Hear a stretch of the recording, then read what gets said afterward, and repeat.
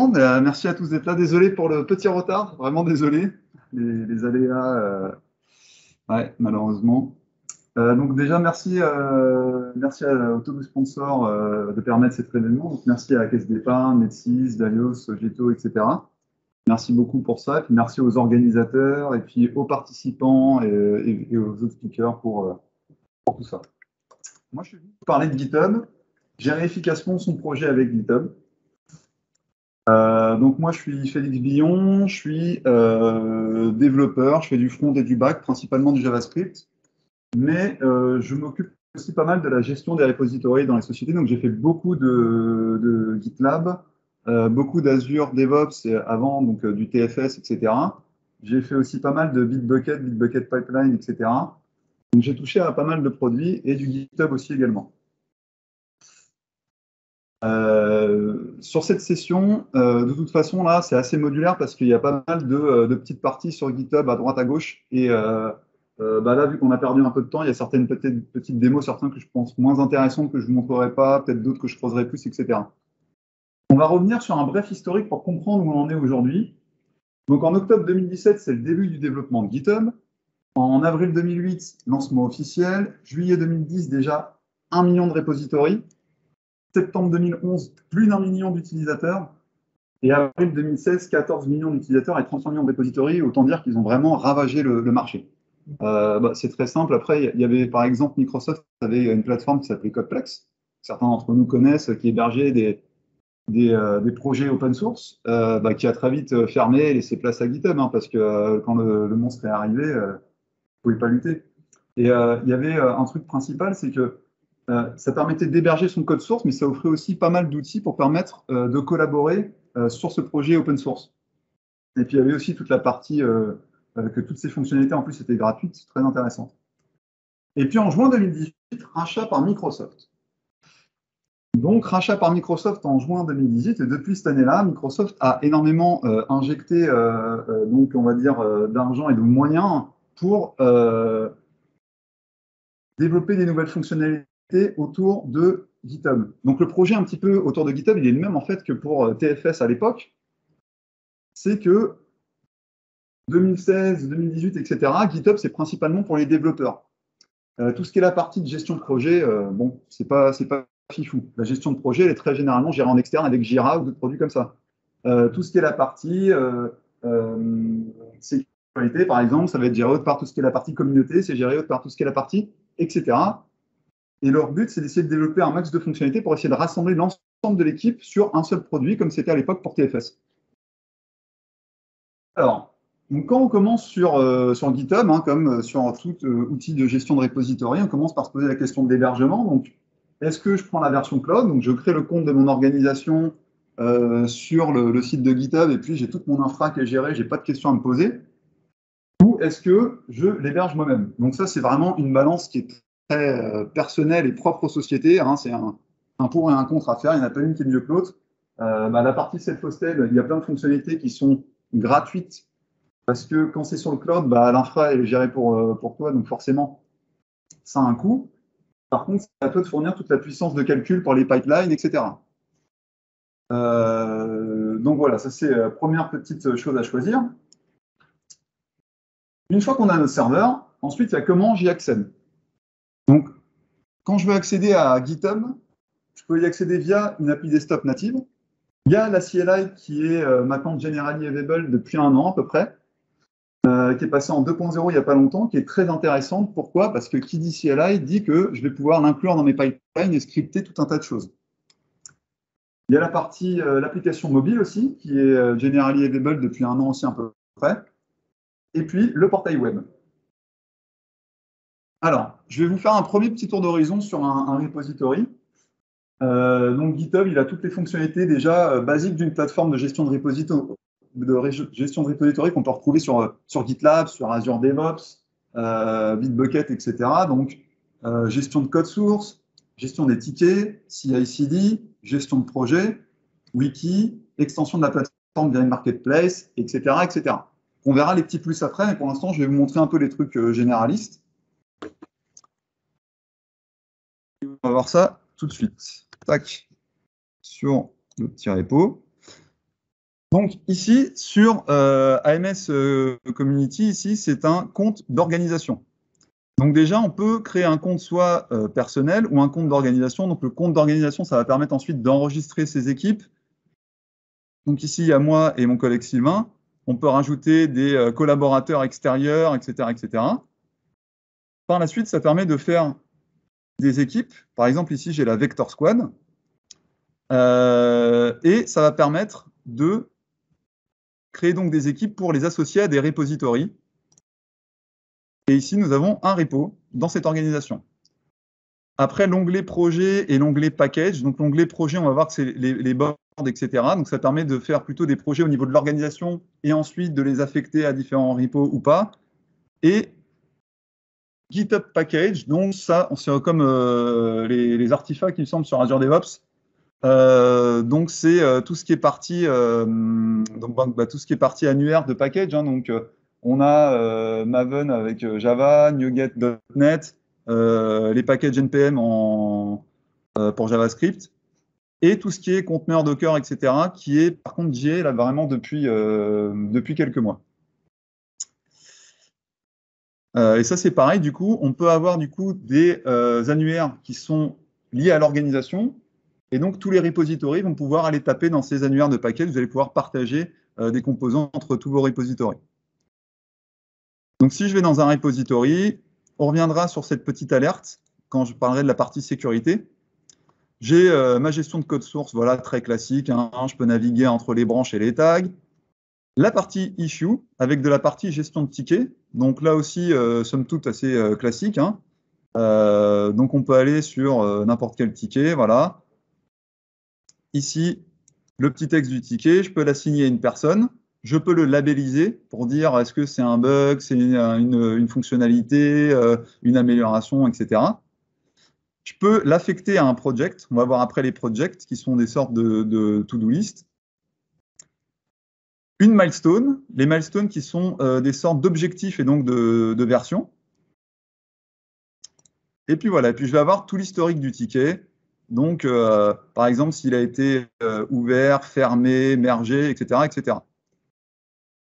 La partie gestion des pull requests, on reviendra sur cette pull request qui est un petit peu particulière. L'onglet discussion, on reviendra aussi, ça c'est quelque chose qui est GA depuis pas longtemps, mais on reviendra sur le pourquoi du comment des onglets discussion. La partie action avec la CI/CD, on y reviendra aussi. La partie project. Donc la partie project, c'est là où il y a la gestion de projet. La gestion de projet, actuellement, on peut le voir, voilà, ça ressemble très fortement à ce qu'on pourrait trouver, par exemple, sur Trello. Hein, on a to do, il progresse, done. OK, je peux ajouter une colonne. Super. Maintenant, nous, ce qui nous intéresse là-dedans, c'est l'automatisation, par exemple, de ces tickets. Comment ils vont bouger d'une liste à une autre, jusqu'à où je vais pouvoir personnaliser ça ou pas. Eh bien, c'est en dessous qu'on peut manager les automations. Et pour l'instant, les automations, on a des presets comme ça, mais on voit que c'est quand même très léger, quoi. En gros, là, par exemple, dans To-Do, c'est quand il y a une nouvelle issue qui est créée, bam, il va l'ajouter et qui est liée à ce projet, il l'ajoute en To-Do. Si elle a été close et qu'elle est reopen, il l'ajoute en To-Do. Pareil pour les pull requests. Il y a quelques petits autres trucs comme ça, mais c'est assez faiblard, hein. On va pas se mentir. La partie sécurité, on y reviendra. Et après, tout un tas d'insights. Vu que là, on n'a pas trop le temps, je ne vais pas venir trop là-dessus, mais on a tout un tas d'insights, trafic, etc. Un truc très intéressant qui est le graphe des dépendances, où j'ai l'ensemble des dépendances listées de mon projet avec les versions.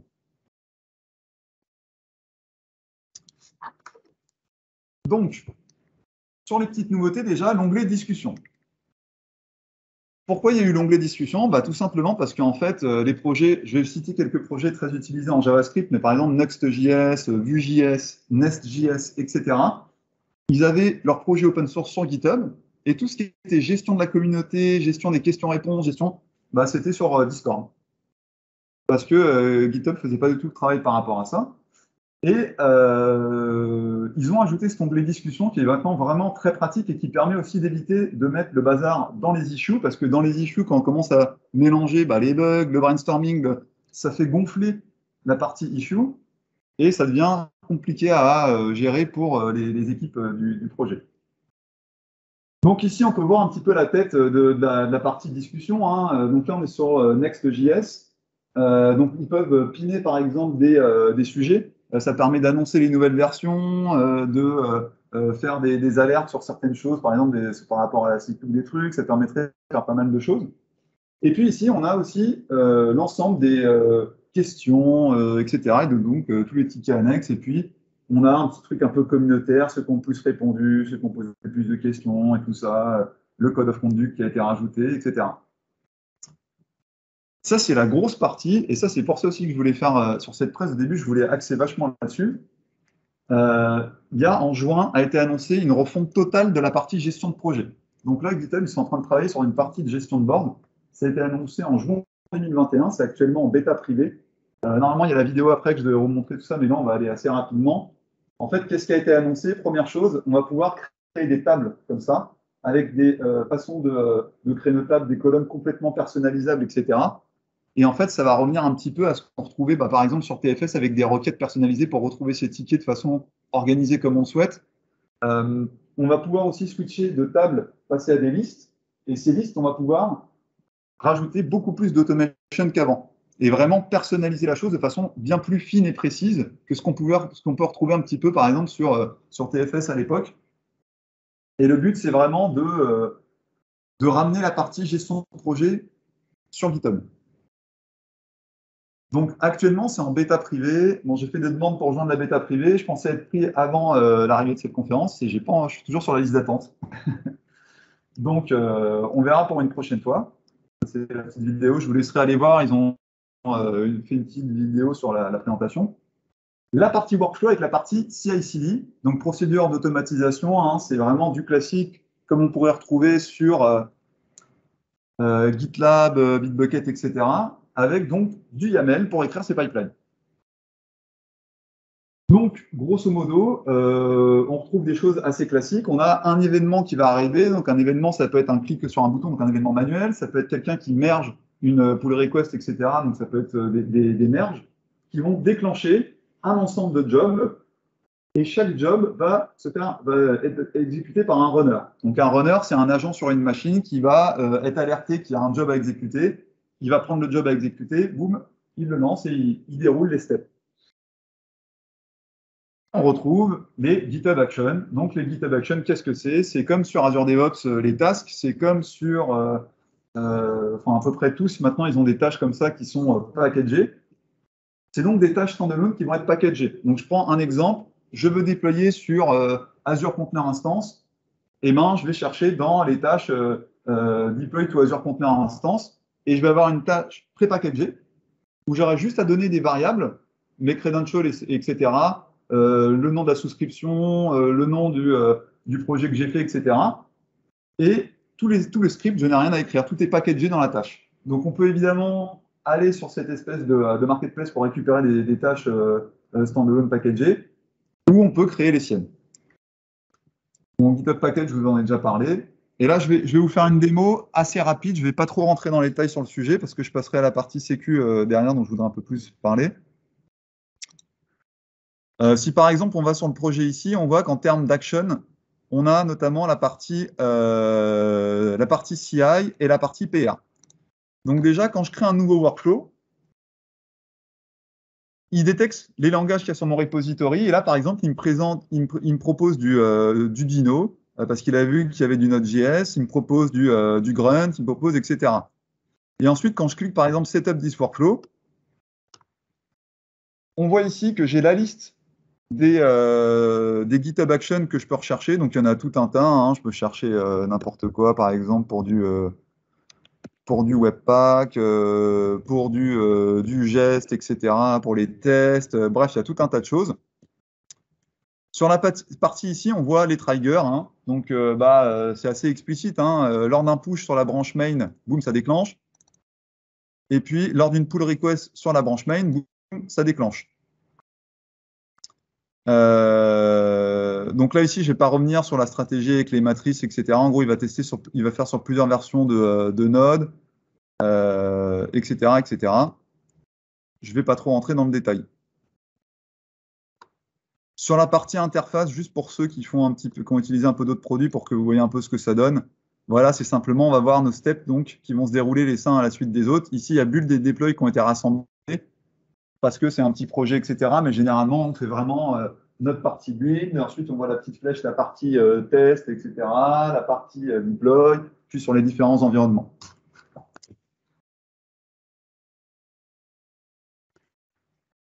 La partie où je voulais revenir, c'était sur la partie sécurité.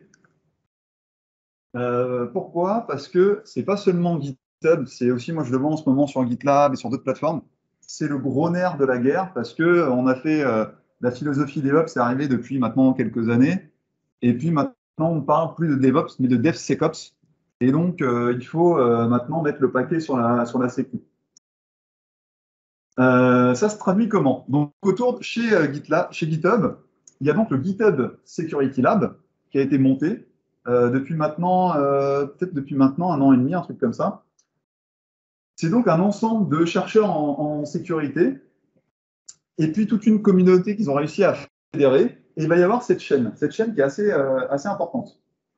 On a donc le GitHub Security Lab qui, eux, vont se charger d'identifier des failles de sécu sur les projets open source, puis d'écrire des requêtes CodeQL, qui est un espèce de langage particulier qui va permettre de détecter ces failles de sécurité. Donc, par exemple, j'identifie une faille et ensuite j'essaye avec une requête CodeQL de pouvoir avoir un moyen de réidentifier la faille à chaque fois. Une fois que c'est fait, première chose, il y a GitHub Security Advisory, qui est une fonctionnalité dans notre repository GitHub qui permet de remonter les failles de sécurité. Lorsqu'on va sur notre repo et qu'on sait qu'on a des problèmes de sécu, etc., on déclare ce problème de sécurité. La GitHub Advisory Database, c'est une base de données de GitHub avec toutes les common exposure, vulnerability et ce genre de choses. Donc, lorsque nous, on remonte à un truc de sécurité, les personnes de chez GitHub vont aller regarder, est-ce que ça doit être mis dans la base de données? Ou est-ce que finalement, c'était une fausse alerte? Est-ce que c'est un truc qui n'est pas du tout récurrent? Est-ce que c'est... Et une fois que c'est fait, on passe du côté de développement. Les développeurs, première chose, il y a un petit logo ici, c'est le Dependabot, qui est un bot qui va maintenir un jour vos dépendances et notamment maintenant vous remonter des alertes de sécurité. Donc lui, il détecte qu'il y a une nouvelle entrée, par exemple, dans cette base de données sur une dépendance de votre projet. Boum, le Dependabot, il vous remonte une alerte. Il vous dit là maintenant, il y a, un truc dont vous dépendez, il y a une faille de sécu qui a été remontée, il faut mettre à jour tout de suite. Donc là, nous, on est à jour, on est tranquille de notre côté. Et ensuite, il y a Prevent with CodeQL. Qu'est-ce que c'est CodeQL? Eh bien, c'est tout simplement un step ou une pipeline qu'on va déclencher sur notre repository régulièrement, qui va lancer des requêtes CodeQL pour détecter des failles de sécurité. Et une fois qu'il y aura une faille de sécurité qui sera remontée, boum, on revient ici et c'est reparti. Je vais vous montrer ça un peu plus en image. Notamment déjà sur la partie security ici. Donc on a la partie security policy. Donc sur tous les repositories sur GitHub que vous allez, security policy, il est tout le temps rempli. Il y a les versions supportées. Donc ça, franchement, il y a très peu de repos qui le font. Par contre, il y a la notice pour dire où reporter une vulnérabilité, à quelle équipe il faut reporter.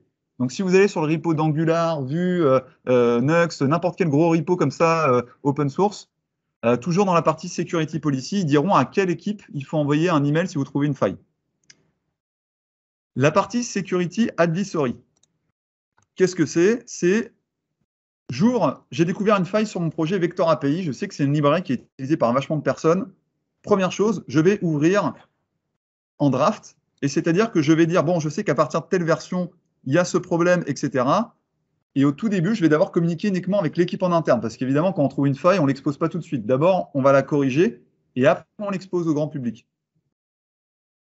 Et ce qui est intéressant aussi, c'est que une fois qu'on a publié cette chose-là, eh bien, il y a des gens de GitHub qui vont venir regarder et se dire, est-ce que ça vaut le coup de l'ajouter à la base ou pas? Est-ce que c'est finalement une vulnérabilité commune connue ou pas du tout? Sur la partie security, on a aussi les alertes du Dependabot. Donc, c'est un espèce de bot qu'on active dans nos settings et qui ensuite va déjà maintenir à jour nos dépendances pour nous dire bah, cette dépendance, elle n'est pas à jour, etc. mais qui va également nous faire des alertes de sécu sur les dépendances qui ne sont pas à jour et qu'il faut absolument mettre à jour parce qu'il y a des sécurités critiques qui ont été remontées, des failles de sécu critiques. Et qu'est-ce qui fait le dépendabot? Ensuite, il nous ouvre ce genre de pull request. Donc là, on voit que c'est le bot qui a ouvert la pull request, qui me dit que c'est pour passer de ça à ça. Et puis il nous dit un indice de compatibilité pour savoir si c'est plutôt fiable ou si c'est plutôt vraiment une nouvelle version avec plein de breaking change. Là, c'est plutôt chaud, il faut vraiment review, etc., etc., etc.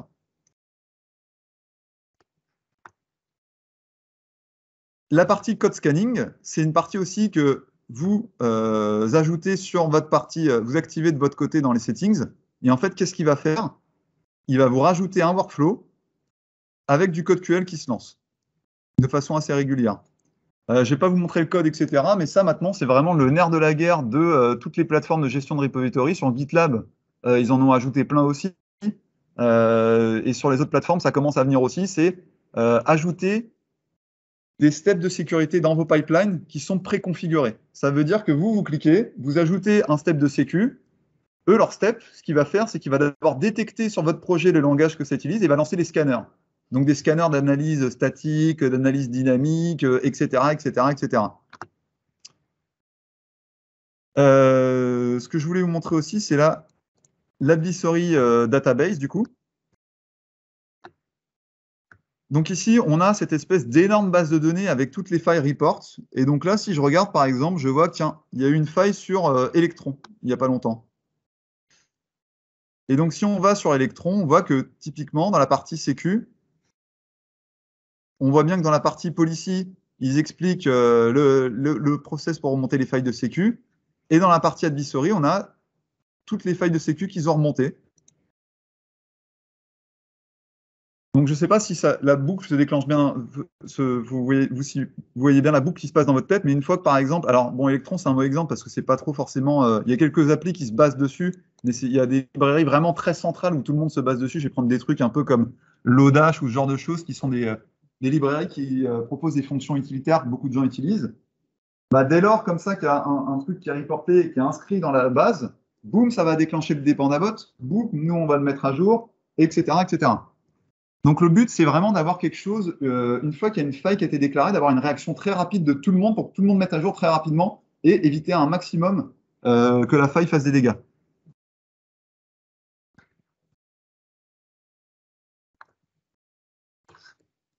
Donc, tout ça, j'essaye d'aller vite là, parce qu'on a pris pas mal de retard au début.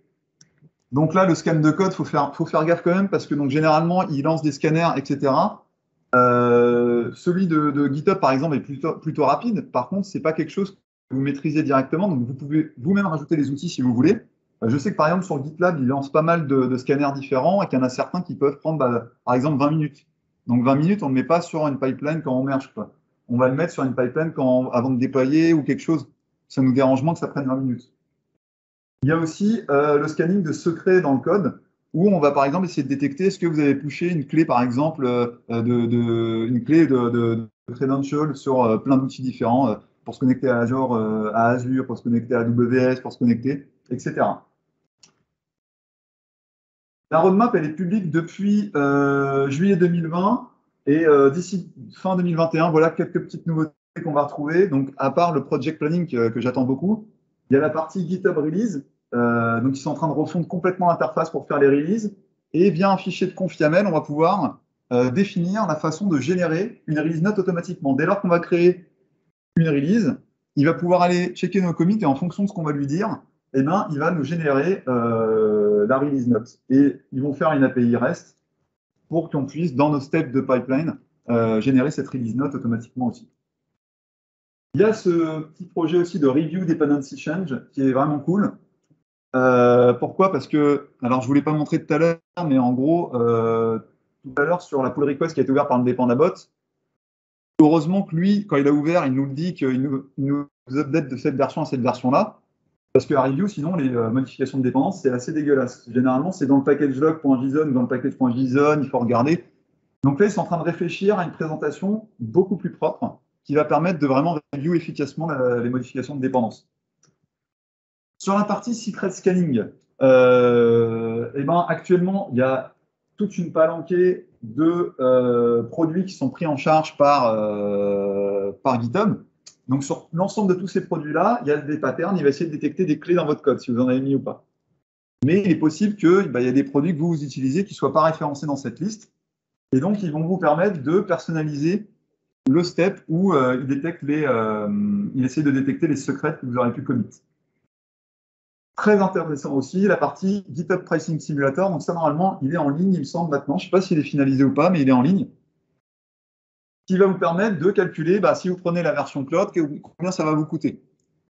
Pourquoi? Parce que les GitHub Actions, quand vous lancez vos pipelines, ça demande du temps de calcul. Donc forcément, au début, c'est gratuit, au bout d'un moment, c'est payant. On voit pas en bas, mais il y a la partie GitHub Package, un annuaire de package, vous allez déposer du package, ça prend de l'espace, ça devient payant aussi. Et il y a la partie GitHub Codespaces, que là, j'ai pas eu le temps de vous montrer, mais qui, pareil, va demander des machines, du temps de calcul.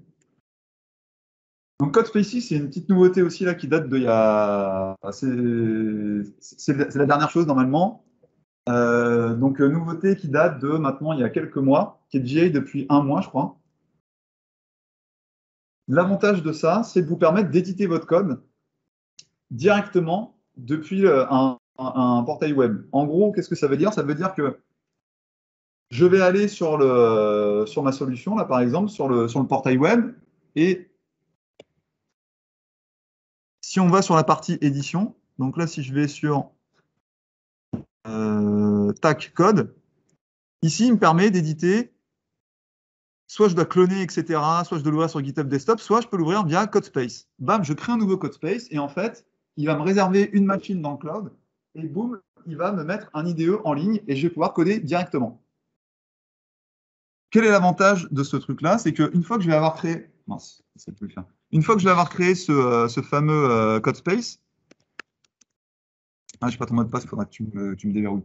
Une fois que j'ai créé ce fameux Codespace, je vais pouvoir aussi le configurer et donc dire, par exemple, c'est un projet en Vue.js, donc j'ai besoin de plugins pour Vue.js. C'est un projet en JavaScript, donc j'ai besoin de le plugin ESLint, de plugin. Et en fait, via un fichier JSON, vous allez pouvoir configurer cette IDE. Yannick, il veut contribuer au projet. Ah, mais Yannick, son IDE, il fait du .NET. Donc là, il faudrait qu'il réinstalle tous les plugins pour faire du Node.js efficacement. C'est relou. Et bien, via Codespace, bam, il aura juste à cliquer ici, et moi, il y aura l'espace ici que j'ai créé. Il va arriver sur l'IDE préconfiguré. C'est parti, il peut coder. Donc ça, c'est quand même une très grosse avancée. C'est une très, très grosse avancée. Voilà. Donc, je ne prends pas plus de votre temps. Désolé encore pour le retard. Voilà.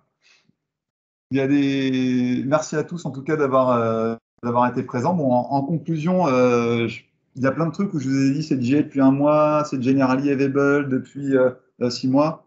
Enfin, vous le voyez que effectivement là, ça bombarde pas mal du côté de GitHub, mais j'ai l'impression un peu de tous les côtés sur ce genre d'outils là, ils sont en train de mettre le paquet, de faire un peu une course.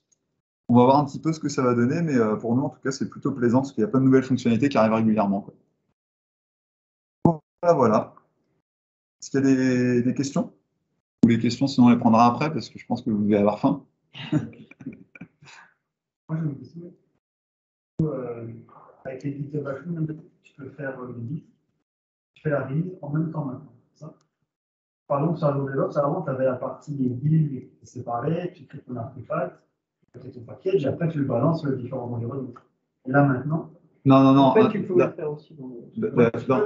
La partie build and deploy que tu as vu là, c'est le fait que ce soit réuni en un seul package, ça qui te choque? Non, mais ça, c'est parce que justement, c'est une petite action, enfin, c'est pas une question d'action, c'est un workflow qui a été fait sur un seul et même job. Et c'est pour ça que normalement, maintenant, on fait plus ça, tu vois. Maintenant, tu découpes en différents jobs, etc., tu vois. Tu vois la notion d'artefact. L'artefact. Ouais, que tu avais avant. Avant, tu buildais. Tu parles de passer, oui, c'est ça, l'artefact, donc tu parles de passer un produit final d'un job à un autre, là, c'est ça? Ouais, c'est ça. Ouais, tout à fait. Mais alors ça, tu le retrouves, c'est chez tous, en fait, quoi. Oui, mais je me demandais, ça paraît un peu flou encore, le GitHub Action. Quel moment tu builds, quel moment tu déploies, quel environnement, machin, quoi, ça c'est pareil. Alors, la gestion des enves, on va être très clair, hein. que ce soit sur GitLab, que ce soit sur GitHub, Azure DevOps, pour l'instant, Ouais, il est devant. carrément. Il est devant. Enfin, voilà. Mais vu comment les autres ils bossent là, je pense qu'ils vont réussir à rattraper. Mais tu vois, par exemple, quand tu es sur Azure DevOps, c'est que tu as tes différents environnements, tu peux mettre des gates personnalisés avec. Ça, ils s'en sont encore très loin. Sur GitHub, tu as des environnements que tu peux déclarer. Sur GitLab, tu as des environnements que tu peux déclarer également. Ensuite, tu peux commencer maintenant à faire des environnements protégés où tu vas dire, bah, tu sais, tu fais une action manuelle pour déployer sur cet environnement et dire, bah, il n'y a que le manager, par exemple, ou le mec de la QA qui peut cliquer pour déployer. Mais tu n'as pas ces gates, par exemple, personnalisés où ça va te remonter les rapports en te disant, non, il y a des erreurs, donc je ne déploie pas. C'est pas du tout aussi poussé, quoi. C'est quand même beaucoup plus. Ouais, moi je trouve ça quand même mieux, mais ça va arriver ces notions d'environnement. Mais tu sais que encore un peu, parce que je trouve que le truc, c'est que là maintenant, la frontière entre les deux, elle devient de plus en plus mince. Ouais, avec les bords qui arrivent, par exemple, tu vois, ça devient encore plus mince. Donc, du coup, quand tu commences un projet client ou quand tu veux conseiller un client, en fait, ça devient de plus en plus difficile en fait, de lui dire, bah, en fait, partez sur DevOps. En fait, non, parce que GitHub commence à rattraper. Et en fait, il y a peu de nouveautés qui arrivent sur DevOps. Et c'est un peu...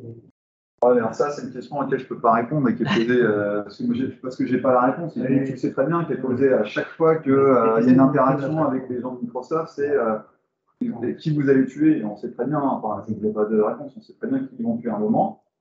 Maintenant, quand, c'est pas près d'arriver non plus. Maintenant, comme tu le dis, effectivement, il y a quand même beaucoup d'argent qui est injecté dans le GitHub et de plus en plus, peut-être de moins en moins dans Azure DevOps, ça je ne sais pas, je ne suis pas.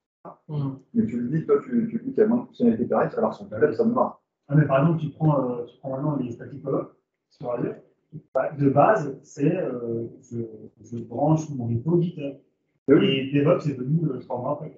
Oui, parce que maintenant, ça va être ça maintenant pour tous les produits, je pense. Alors qu'avant, c'était le contraire.